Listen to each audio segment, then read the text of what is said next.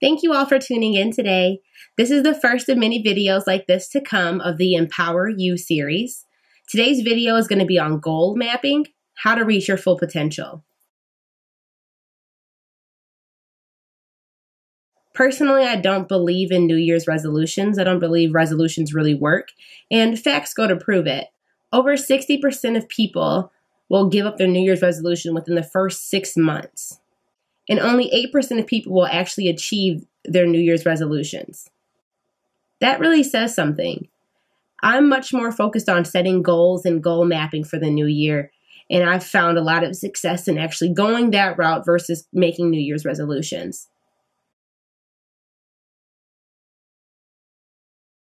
The first step in goal mapping is figuring out what you want. This is the fun part, this is the part where you can really dream of whatever you want and ask yourself, what do you want? Ask yourself, what do you really want to create for yourself? How do you want your life to look? Where do you want to be, a year from now, 5 years from now, 10 years from now? This is the time for you to try to find that comfort in being uncomfortable, reaching outside of your comfort zone and really, thinking of goals and thinking of things that you want to achieve that are not right now within your reach. So some emotions you should be feeling when you're kind of thinking about this or when you know you're on the right track is you should feel fear. You should feel discomfort and doubt and uncertainty. You should not, when you have that feeling if you don't know how you're going to actually reach this goal or you have no idea what you're going to do to get to the end result, I think that you're in a good place then. Because then this is where you want to reach your full potential, and the only way for you to grow is to do things that you can't already do, to get outside of your comfort zone and really reach beyond what your current limitations are. Next, define your goal categories. A big mistake that people make when they are setting goals for the new year, just setting goals period, is they only focus in one area. And to reach your full potential, you need to make sure that you are, making goals in different areas and not just focusing on one specific thing. A lot of people will just focus on fitness. I want to lose weight. Okay, that's great. But what about your finances? What about your career goals? What about your family goals? So those are just some things to think about. Next, which is probably the most important step in setting your goals and goal mapping, is write it down. You're 42% more likely to achieve a goal if you write it down. That's really powerful to me. And I'm all about, writing things down. It makes it more real. It makes it more tangible. It makes it more, it just makes me feel like I actually can do it. Writing it down is the first step. Okay, I can see it. Now I can get this somehow. So make sure you write your goals down. That's very important. So after you've written your goals down, next step is to identify how you actually plan to achieve and accomplish these goals. Another big mistake that people make is their goals are too vague. They're not specific enough. I want to lose weight. I want to save money. What does that look like for you? And because technically you can save $1 and you've reached your goal and you've accomplished it. And I think sometimes we can get sidetracked or derailed along the way when we have really vague goals because we really don't know exactly what it is we're trying to reach and what we're trying to achieve.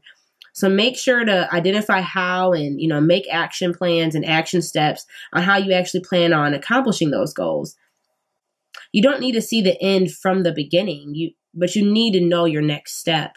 You need to know what the first step is going to be. And once you accomplish that, then just worry about the next step. You don't need to see the end results or know how to get to the end result, right now.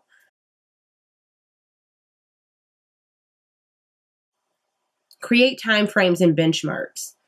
Goals need to be measurable.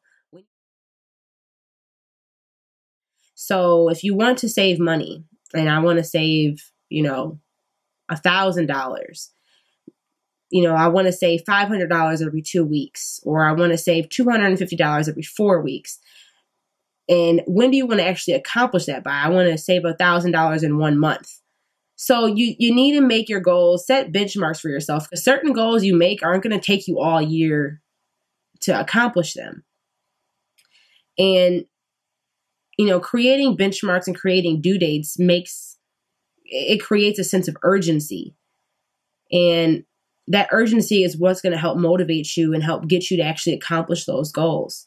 And having those benchmarks and time frames also helps you balance your workload. It helps you prioritize your time. So you're not just, if you know that you have a goal that you need to reach by March, you're not going to be spending maybe time in February on a goal that you need to reach in September. So it helps you prioritize and balance your workload. So you've set all your goals, you've written them down, you've reached outside of your comfort zone. You've set benchmarks and due dates, and you've, created that sense of urgency for yourself throughout the year. Next thing to do is to get an accountability partner.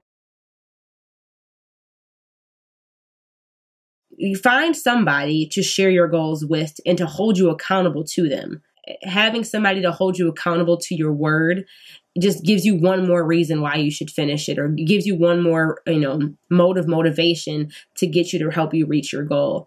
And it's nice to have somebody to celebrate with. It's nice to have somebody who knows what you're reaching for, knows what you're trying to accomplish, because they can be there to celebrate with you when you do accomplish it. So it's a great two-way street. I think that's really a great aspect and a key aspect in reaching your goals is to have somebody to hold you accountable throughout the way, because sometimes we get derailed and we get off track throughout the year, and we get busy with just life, and it's nice to have somebody who can keep you in focus when you aren't necessarily always as focused as you want to be on your goals. Now, one fun part in the goal setting that I always like to do is set at least one goal that just seems completely unreachable.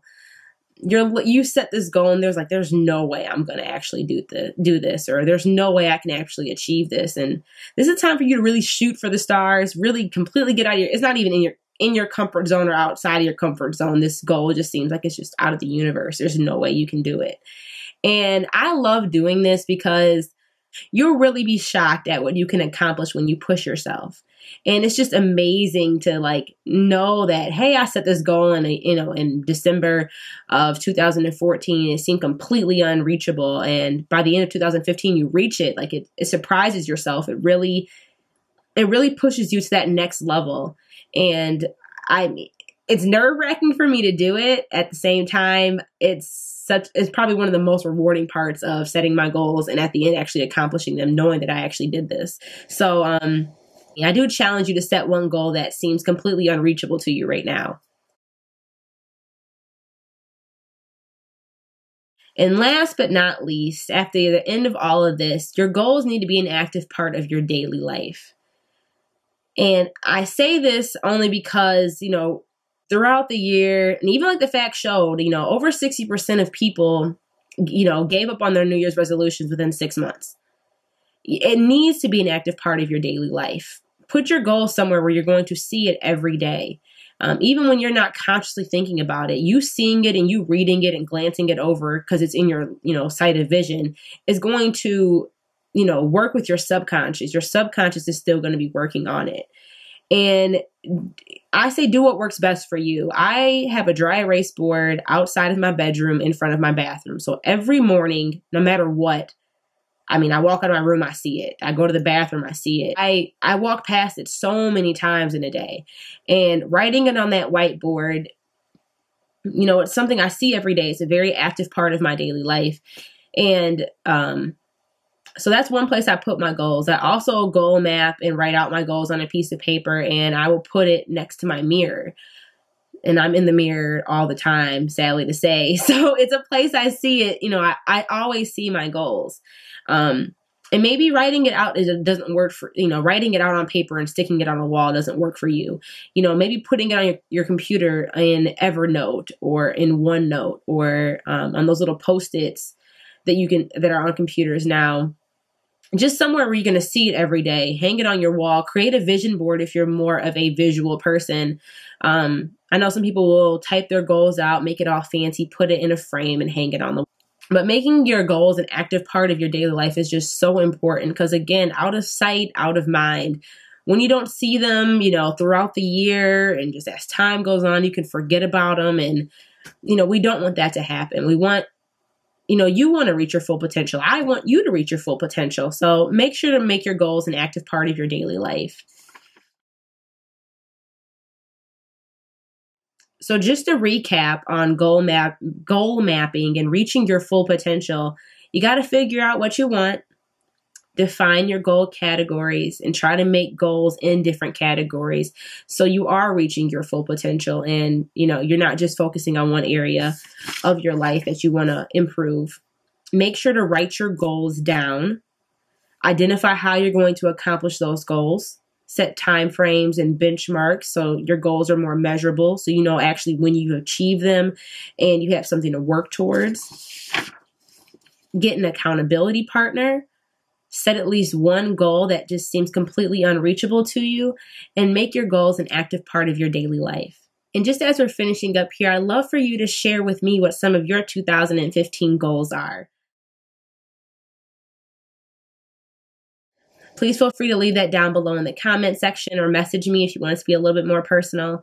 But I really hope this video helped. Goal mapping is an active part of my daily life, and I really hope that this can help you achieve your goals and, reach your full potential. Thanks so much for tuning in, and I'll see you all in the next video.